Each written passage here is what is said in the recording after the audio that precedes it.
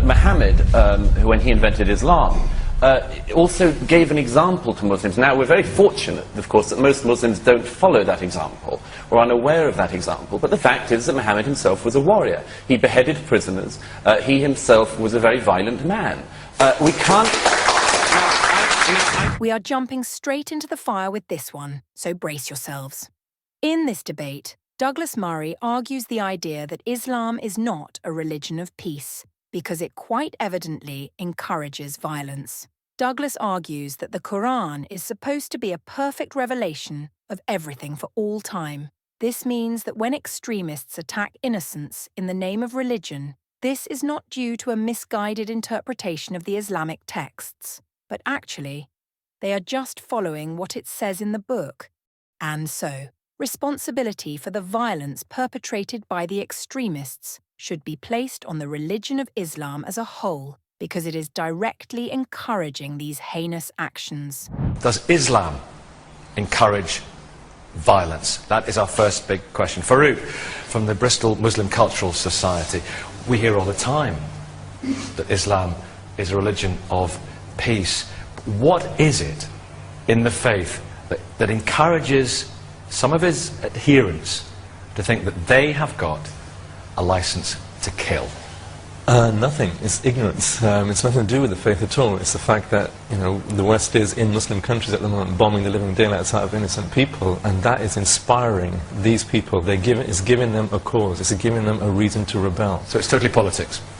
Much of it is to do with politics. That's where the trigger point, that's the crisis point. And if we continue to associate Islam and say Islam is a just cause here, Islam is a justifying factor, then we're way off the mark. Then we're not be able to tackle the issue. But Farouk, haven't they got plenty to go on in the scriptures? I mean, it would be kind of difficult to launch a jihad for Jesus, wouldn't it, if you looked at the New Testament? But well, no, actually you can talk about the Christian army in Africa doing exactly the same thing. But that was maybe politics. Can I quote this? I will. So is this. Yeah, okay. But haven't they got some justification when they read things in the Quran which says, I will cast terror into the hearts of those who disbelieve, therefore strike off their heads and strike off every fingertip of them? I mean, it's not love thy neighbour, is it? No, I mean, that particular verse isn't, but that's not a general Islamic quote. That's a specific quote to a specific point in a specific time in a specific battle. Muslims were outcast, exiled, left their homes for 9 years, persecuted for 9 years, found sanctuary in a new homeland, were migrated, an exodus from Mecca,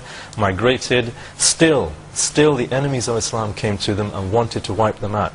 At that point, there is a point in Islam. Islam is not a pacifist religion by any stretch, I agree. But there's a point.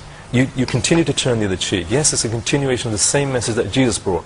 Turn the other cheek up to a point. Up to a point. You cannot just stand by and watch evil spread throughout the land and do nothing about it. Douglas Murray. Yeah, I mean, that's one of the big differences, isn't it, between Islam and Christianity? I mean, Christ says, you know, he's asked how many times do I forgive my brother, and he says 7 times, 70 times 7, an infinite number of times.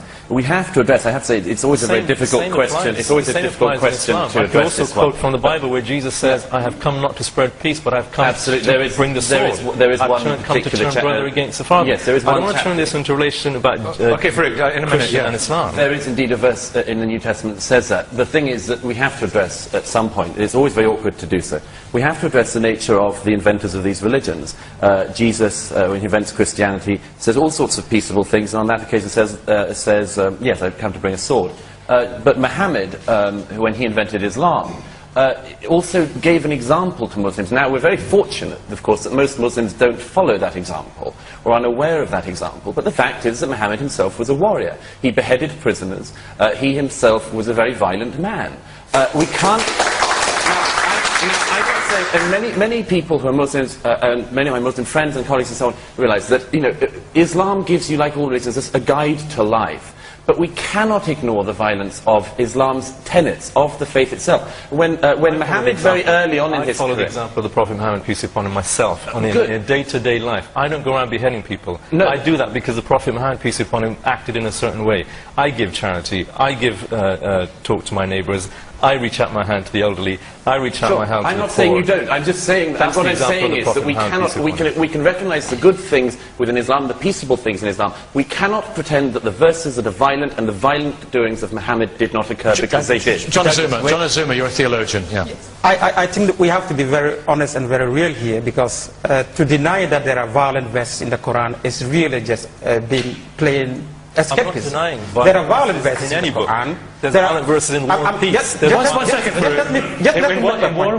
and Peace. I mean, there's violent verses. But that's fiction. That's not the word of God. Well, but let me finish the point. And I'm saying there are violent verses in the Quran, but I also know there are millions of Muslims who read the same verses and do not go out blowing themselves up. Precisely, that's the point. Please let him finish. Let me finish the point. I think the problem is hermeneutics, is interpretation. And different Muslims interpret this differently. You may decide to interpret it differently, but there are other Muslims who take it very seriously, and we cannot sit here and say your interpretation is right and they are wrong. As Douglas Murray pointed out, the Bible verse that the Muslims quoted is a poor attempt to suggest that Jesus encouraged his followers to violence. Christians who have engaged in violence are betraying the explicit teachings and examples of Jesus Christ. On the other hand, Muslims who take upon themselves to destroy their alleged enemies in the name of God can rightly claim to be following the commands of God in the Quran and imitating their prophet as their role model. We can say that that interpretation is wrong. And I totally disagree with Douglas when he says what he said about the blessed messenger Muhammad. He was a man of peace. 1 billion people or more follow his example. We are what we are because of that. Though, didn't he? Of course. Which leader of any community that is a growing community, that is a community under attack from time to time, will not have to resort to a military campaign? Why do we not look at the fact that the verses of the Quran which are being misused by misguided Muslims, and we don't deny that, they are Muslims, just as they are, we've had Christian people, we've had Jewish people, we've had all kinds of people who have misused their scripture to justify something. We need to shift the discussion to say, can I ask you one thing? What is, if I can just finish this point, Nikki, is it really the religion, or is it the people who follow those religions who have political motives, or they have criminal intentions? I'm sorry, but this is a lie from the pit of hell. The minority groups in Islam who resort to violence are not an aberration to Islam, but in fact can legitimately claim to be working within the basic parameters of Islamic jihad. I will now show evidence from the Quran on the screen. Pause and see if you can misunderstand this.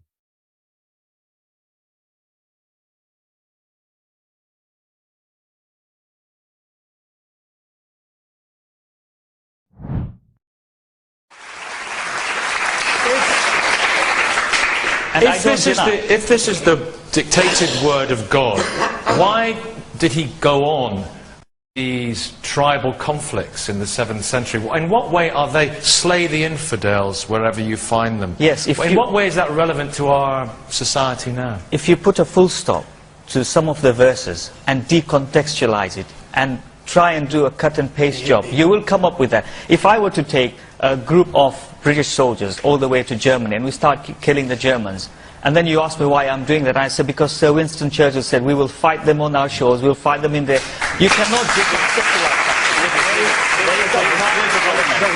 Here's the problem. It's a very specific problem that Islam has uniquely among the three monotheists. Muslims might which have. is that Islam continues to find it very hard to drop. I've mentioned this in this program before. It finds it very hard to drop the violent verses because Muslims are still told by their leaders that they have to believe that the Quran itself was dictated direct to Muhammad, therefore you can't drop the verses and so on. Now, Christians and Jews have managed to get around this. When they have a violent verse in their scriptures, they say, well, yes, but it's all open to interpretation. The problem for Muslims is that still in the mainstream, in mainstream scholarship, mainstream Islam, if you say that verse in the Quran is there, I admit it's there, but it's rubbish, I'm not going to believe it, I'll throw that one out, you're declared an apostate by your fellow Muslims. Christina. And rightly so. Christina, 1 second. Christina. What I'd like to know is where was Ibrahim when 9/11 happened? Because right after 9/11, what Islam needed were Muslim leaders who said, That is awful. And we did that. We did What we got instead was lots of flashy pictures from around the globe, from around the Muslim countries, with cheering. And there were some doctored pictures as well. There was doctored footage. Ibrahim, but we were the first. The Muslim Council of Britain was the very first to go on air publicly with no ifs, no buts to condemn that. The Muslim Imam, like many Muslims, have claimed that Quranic verses in support of fighting were for a special historical situation concerning the beginning of Islam. They argue that since Prophet Muhammad was persecuted in Mecca for the first 13 years of his ministry, he was justified in his military actions in the last 10 years of his life in Medina, and for the support of the budding Islamic movement. The problem with this reasoning is that nowhere in the Quran itself, in the many commands to fight, are these commands restricted to a special time period or against a special people group. Unlike the divine commands found in the book of Joshua in the Old Testament, that were specific to a time, place, and people group, Orthodox Muslims believe that the Quranic commands are universal and thus applicable for all times and places. Is there a problem in the faith? Clearly there is. I mean, firstly, Clearly there is. Clearly there is. There's a particular problem for Islamic extremism. Firstly, I don't think it's fair to say that just because it's more newsworthy to show extremism that there weren't moderate Muslims, many of them condemning what happened and continue to condemn what happens. Secondly, none of this is an excuse for the English Defence League or whatever they call themselves with their rampant racism and Islamophobia. But whatever the various scriptures say, there's a particular problem clearly with Islamic extremism.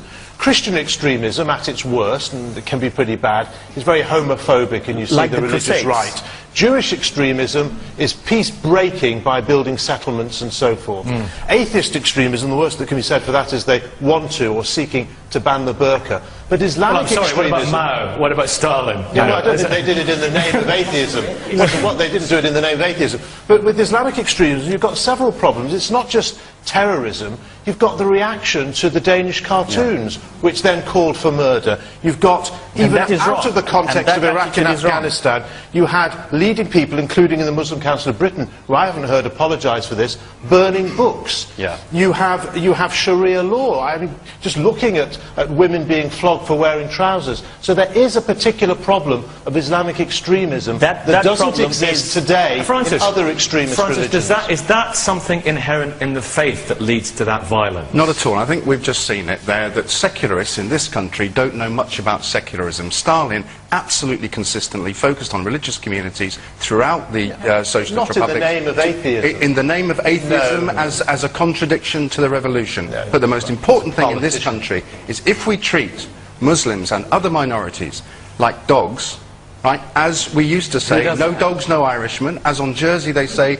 no Poles, no Portuguese today, and then you get some kind of reaction of alienation, marginalisation, and a reading of a text, which I read it and say... So it's our fault? Yeah, well, because if I read a text and it talks about me being the outcast and being treated like a dog and treating like an infidel, then of course this radicalises me. Wait a second, Douglas, one second. But Muslims are not treated like dogs. There are no discriminatory measures in this country, and quite rightly not. Whatever you believe in your heart, whatever religion you want to believe in, I think they're ridiculous myself, but I think you can believe what you like, and no one's trying to stop you believing what you like. To pretend that Muslims are in any way sort of prejudiced against. But for those of us who are not Muslims, what we notice is too many Muslims, as has been mentioned already, who say, who will riot in the streets and protest about somebody when they draw a cartoon of Muhammad, but when somebody called Muhammad Atta flies a plane into a tower and kills thousands of people, they remain silent. They find the use of their prophet's image in a drawing offensive, but not somebody called after their prophet doing a violent action. The problem with new think tanks is they have no history. In the 30s, the fascists marched the streets of England, persecuting the black community. In Southampton, the police used to raid Irish parishes, accusing them of being IRA members. There's a dark side to the British identity that we need to name and put right, because cohesion is too important to be lost in shibboleths of misjudgment. Evan, you want to talk about today? And I want to bring John in, because my friend John here is desperate to come in. Go on, John, say your thing, and then Evan in a second. I guess it's very easy for us to say that the problem is with Islam, or to say that the problem is with the politicians. But I think that the truth of the matter is that there are seeds of violence in Islamic traditions, but the socio-political situations that happen around the world provide the soil, the fertile soil for these seeds to germinate. Is there a problem?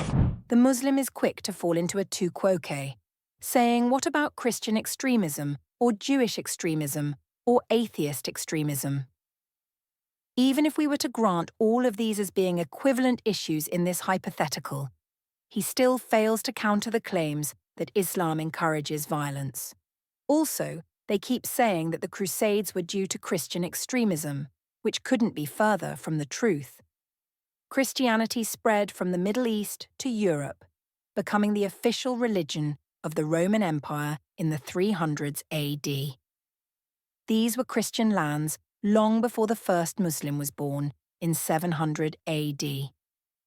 The Crusades were launched in an attempt to stop Ottoman Islamic expansionism, which had already conquered and subjugated non-Muslims in the Middle East and headed towards Europe. That same Ottoman Empire later conquered Christian Rome and all its lands in Europe and the Middle East. Islamic violence in no way needs the West to be its instigator. Farouk, you said earlier on it's by no means a pacifist religion. 1 second. Isn't that a problem? Evan in a second as well. Obviously lots of people queuing up and I'll do my best. Is there a problem? You said it's not a pacifist religion and Muhammad was a warrior, and it's very easy for some people to infer from that historical fact and infer from the word of God as passed down as you believe that they have a right to commit violent acts. No, I mean, although I said it's not a pacifist religion, everyone's heard the saying, when good people do nothing, evil flourishes. Everyone understands that. Everyone understands that conflict. You cannot just sit by and watch people do crazy things and do nothing about it. Now, people say, well, Muslims got nothing to be worried about in this country. Douglas said it, you know, we're not being discriminatory.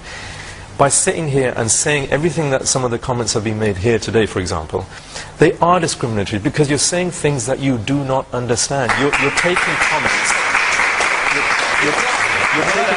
You're taking comments, you know, taking verses out of context. You're blowing them out of all proportion. You're saying that's what Muslims do. What did you say a few minutes ago about British and Americans bombing? What was your phrase? Yeah. The F word, foreign policy. You know, nobody wants to say that. Nobody wants to talk about. Hold on, there is the phrase bombing to smithereens or something. Yeah. Isn't that taking our foreign policy out of context? I'll give you an example. Do you think we don't mind that? No, I'm not justifying it. I'm not saying that these people who carry out suicide bombing or kill innocents or target innocents or go out promoting the ideology have any justification whatsoever. Okay, Evan first. Evan. Even if foreign policy is wrong, and I oppose a lot of it myself, British government foreign policy, or there is discrimination, which I've also campaigned to end, that is not an excuse for violent extremism. I'm not arguing with you. It's unfortunate we have moderates to argue against here. In a democracy, it's not an excuse. And however badly Muslims are treated, and there is still discrimination that they face, the way they're treated in this country is as nothing as minorities are often treated in religious countries, particularly because they're the main examples. I'm not talking about foreign policy here. We have a democracy here. You're from Quilliam.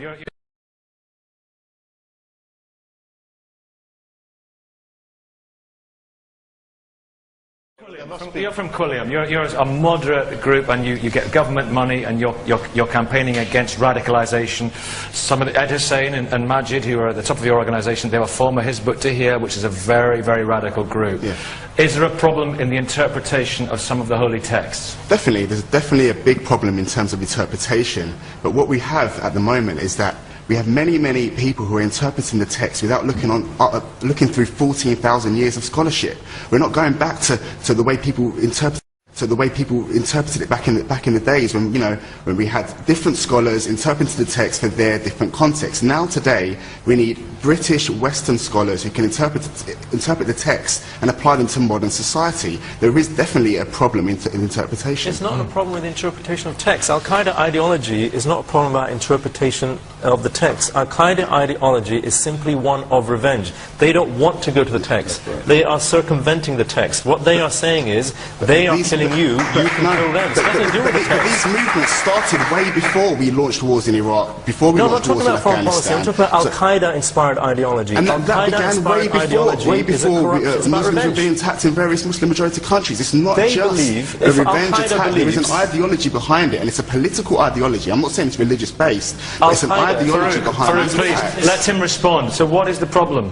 The problem we're dealing with today is a modern political ideology that is basing a lot of their ideas on religious texts. I'm not saying there's a problem with the religion inherently, but I'm not saying they're interpreting the religion in their own way and using it to justify their political opinions. Because it is open to interpretation. Isn't that the problem? Religious texts are open to interpretation. That any religious text, whether be it Christian, Muslim, whatever, there are millions of interpretations, and the problem is not Islam specifically, the problem is religion, because if you say to me that you're a big fan,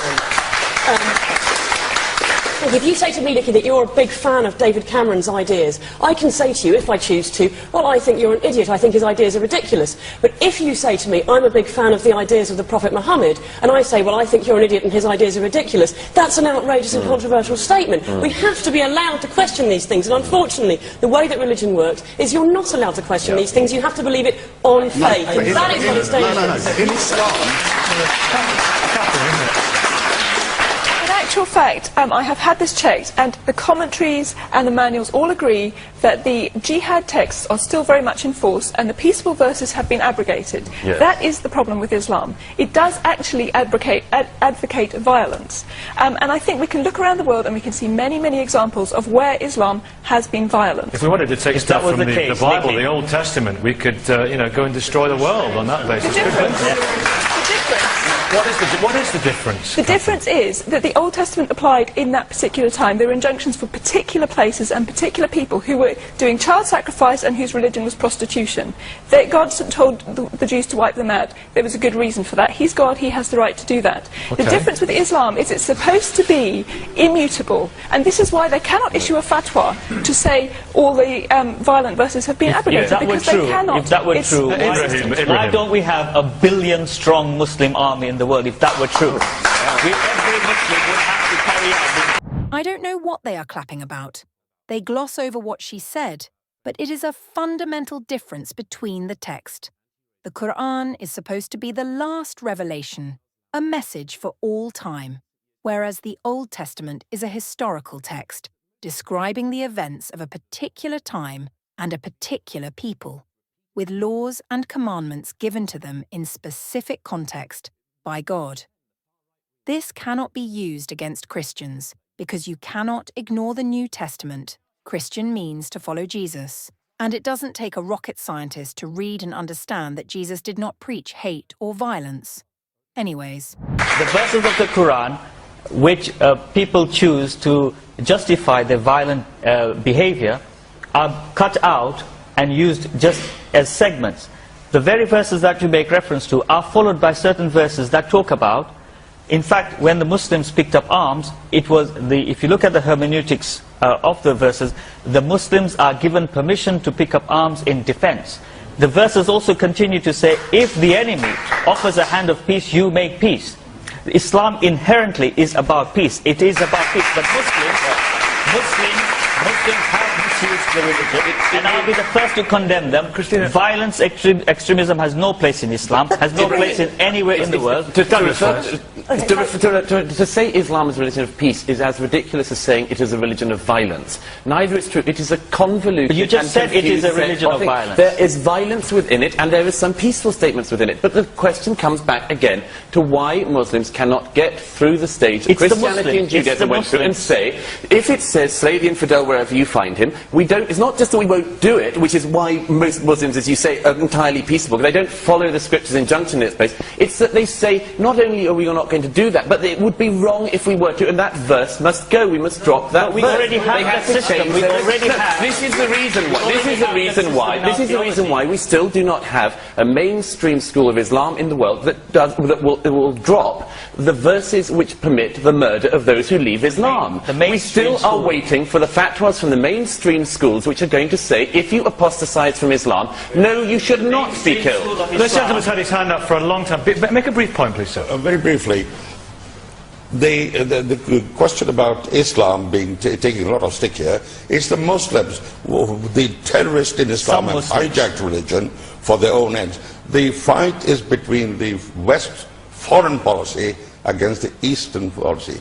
For a long, long time they've been trying to get rid of the corrupt rulers in the Middle East, the Shah, the king in Saudi Arabia, etc., etc. But they've been sustained by the West in their position. But we're also talking about, that's one thing, but it's the scriptural justification which is up for debate here. Yes, sir, go on. You had your hand up right at the beginning. I'm so sorry to come in. Imam just said that Islam is religion of peace. We should really understand what he means by that. When Muslims say religion of peace, they mean when all the world obey under Islamic law. This is the kind of peace that they mean. No. And they mean that this peace must be reached by violence. Not at all. Good morning. Are you finding this an interesting debate? Yes, I am. I've wanted to say that for a long time. I mean, I want to start. First of all, go back right to the beginning. The description of the Prophet Muhammad that Douglas gave, I don't recognise it at all. It's utter and complete nonsense. Well, it's not. The Prophet Muhammad, peace be upon him, when he conquered Mecca after he was exiled, when he liberated, and he did not, he liberated Mecca, and he did not resist. He did not resist, and he conquered. He took over, returned to Mecca at the invitation of the Meccans, and it was a bloodless, peaceful conquest. You tell me which major leader has managed to take over a whole region through a peaceful, bloodless conquest. John, okay, one second, John. It wasn't bloodless when you asked a question. You asked a question. You know, people are not making the point. It's inherently Islam that is the problem. It's not. It's Muslims. I mean, every fire needs fuel. Every fire needs fuel, and nothing exists in a vacuum. Yes, one second, Christina. John. I just wanted to say, Ibrahim made a point that it's about interpretation, but it's true that there are Muslims themselves recognize that interpretation is a problem and abrogation is a problem, and that the Mecca verses, which are peaceful, have been abrogated by Medina verses, which are much more belligerent. But there was a Muslim scholar, a Sudanese Muslim scholar in 1985, who said that for his own understanding of the Quran, the Mecca peaceful verses should abrogate the Medina more belligerent verses. That man was executed for blasphemy. And I think this is the problem in Islam, that we need to accept that there's a problem here, and Muslims have to take rules to address it. Okay, listen. I have a sore throat now from speaking too much, but thank you all who made it to the end of the video. I appreciate you and hope you join our community and subscribe for weekly videos on more interesting topics brought to you by Speak Douglas Murray. Until next time.